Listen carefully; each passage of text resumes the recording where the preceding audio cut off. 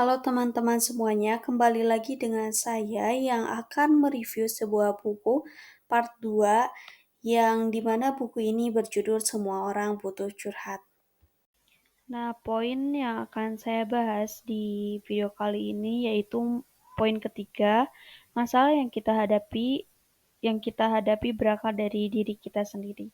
Jadi lewat buku ini juga kita diajak untuk mengerti kalau sebagian besar orang yang melakukan terapi itu punya masalah yang sebenarnya jauh lebih dalam dan kompleks dari apa yang awalnya mereka ceritakan. Contoh di dalam buku ini ada kasus John, si produser Hollywood, yang mengalami insomnia, bermasalah sama istrinya, menganggap semua orang di lingkungan pekerjaannya itu bego, terus dia pengen tidur lebih nyenyak dan selama sesi terapi ini John cukup menyebalkan.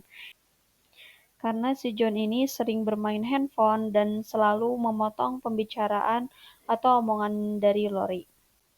Sampai akhirnya butuh waktu sekitar 6 bulan, akhirnya Lori menemukan kalau John ini ternyata punya masa lalu yang traumatis, sampai dia punya masalah emosional. Dia gak mau nginget-nginget masa lalu itu, dan itu bikin dia menekan emosinya. Jadi kita semua tuh punya luka dari masa kecil atau masa lalu, dari orang tua, pokoknya dari orang yang mengasuh kita. Tapi gak ada sih manusia yang tumbuh tanpa adanya luka, semua itu berpengaruh terhadap proses pendewasaannya.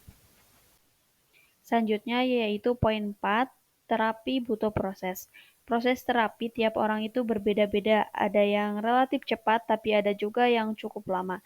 Tapi setiap langkah kecil yang kita ambil punya impact yang cukup besar.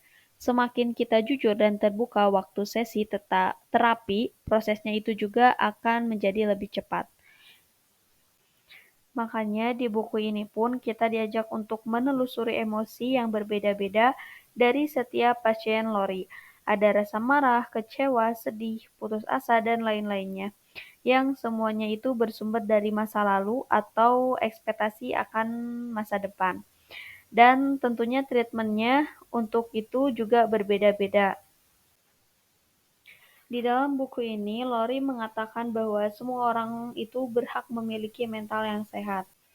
Makanya itu perlu untuk kita melihat ke dalam supaya kita tuh tersadar dan bisa memperbaiki kepingan yang rusak. Salah satunya yaitu dengan berani speak up untuk pergi ke psikolog jika memang benar-benar membutuhkan bantuan profesional.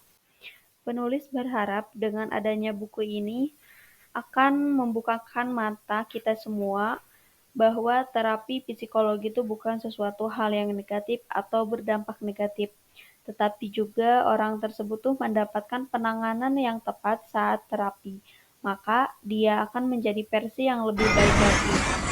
Mungkin sekian review buku yang saya sampaikan, semoga bermanfaat dan terima kasih telah mendengarkan.